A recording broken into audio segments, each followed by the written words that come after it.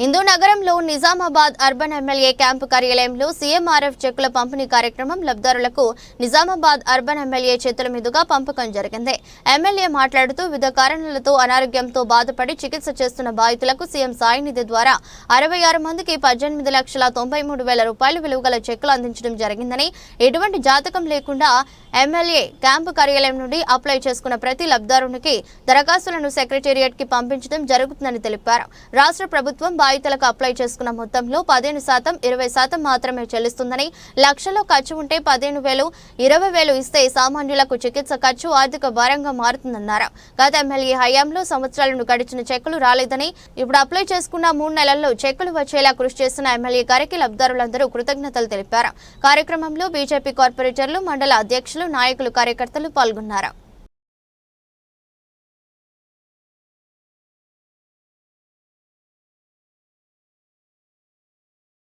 आलस्यమైంది, late हुआ थोड़ा, आपको तो रमज़ान भी है। सुबह से कलेक्टर ऑफिस में पूरे डिपार्टमेंट के साथ निज़ामाबाद के बारे में, निज़ामाबाद के लिए और जो काम हो रहा और क्या चाहिए, నిజామాబాద్ అభివృద్ధి కోసం ఒక 3 గంటల రివ్యూ అన్ని డిపార్ట్మెంట్లతోటి కలెక్టర్ ఆఫీస్లో. ఆ తర్వాత ఈ చెక్కులు కూడా గత నెల 20 రోజుల ముందు రావాలా. ఎలక్షన్ కోడ్ ఉండే, ఎమ్మెల్సీ ఎలక్షన్ మీ అందరికి తెలుసు. కళ్యాణ్ లక్ష్మి, షాదీ ముబారక్ చెక్కులు కూడా ఆగిపోయినాయి. ఇప్పుడు అక్కడి నుంచి రావడం జరుగుతూ ఉంది. మీ అందరికీ ఈ చెక్కులు ఈరోజు 66 చెక్కులు రావడం జరిగింది. దాని విలువ 18,93,000.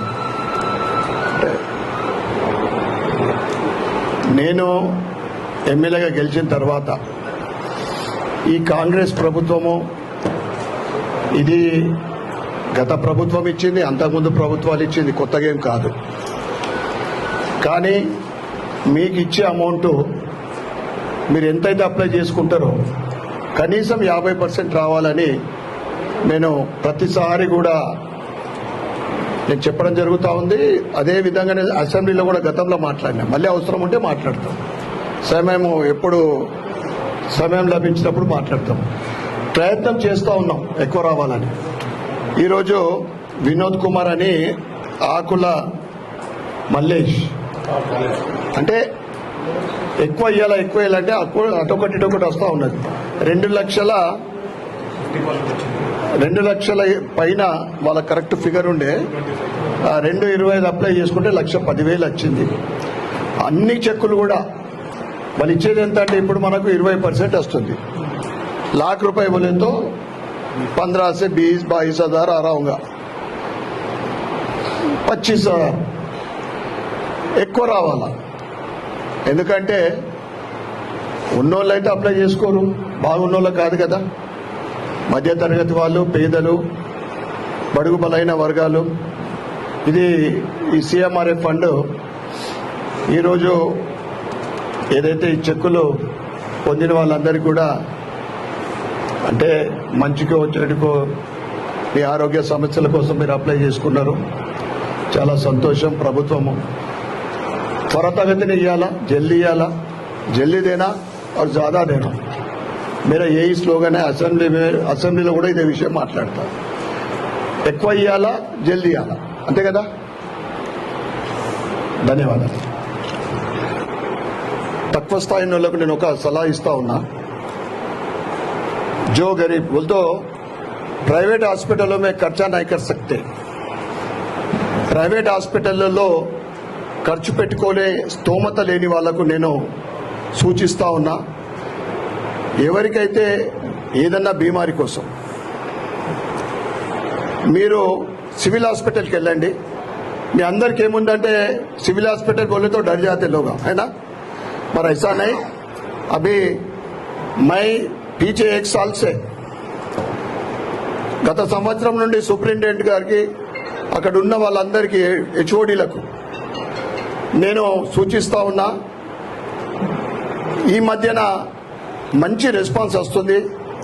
మీరు డైరెక్ట్ పోతే మీకు ఏ విధంగా ఉంటుందో తెలియదు, కానీ इकड़ की रांडी इधर आओ, कोई बीमारी के लिए आगे आपने कोई कुछ काम पड़े तो, बीमारी होना बोल के नहीं बोल रहा हूं मैं, अपने दूसरों को भी बताओ, వేరే వాళ్ళకు కూడా చెప్పండి, మంచి ట్రీట్మెంట్ ఇప్పిస్తాము.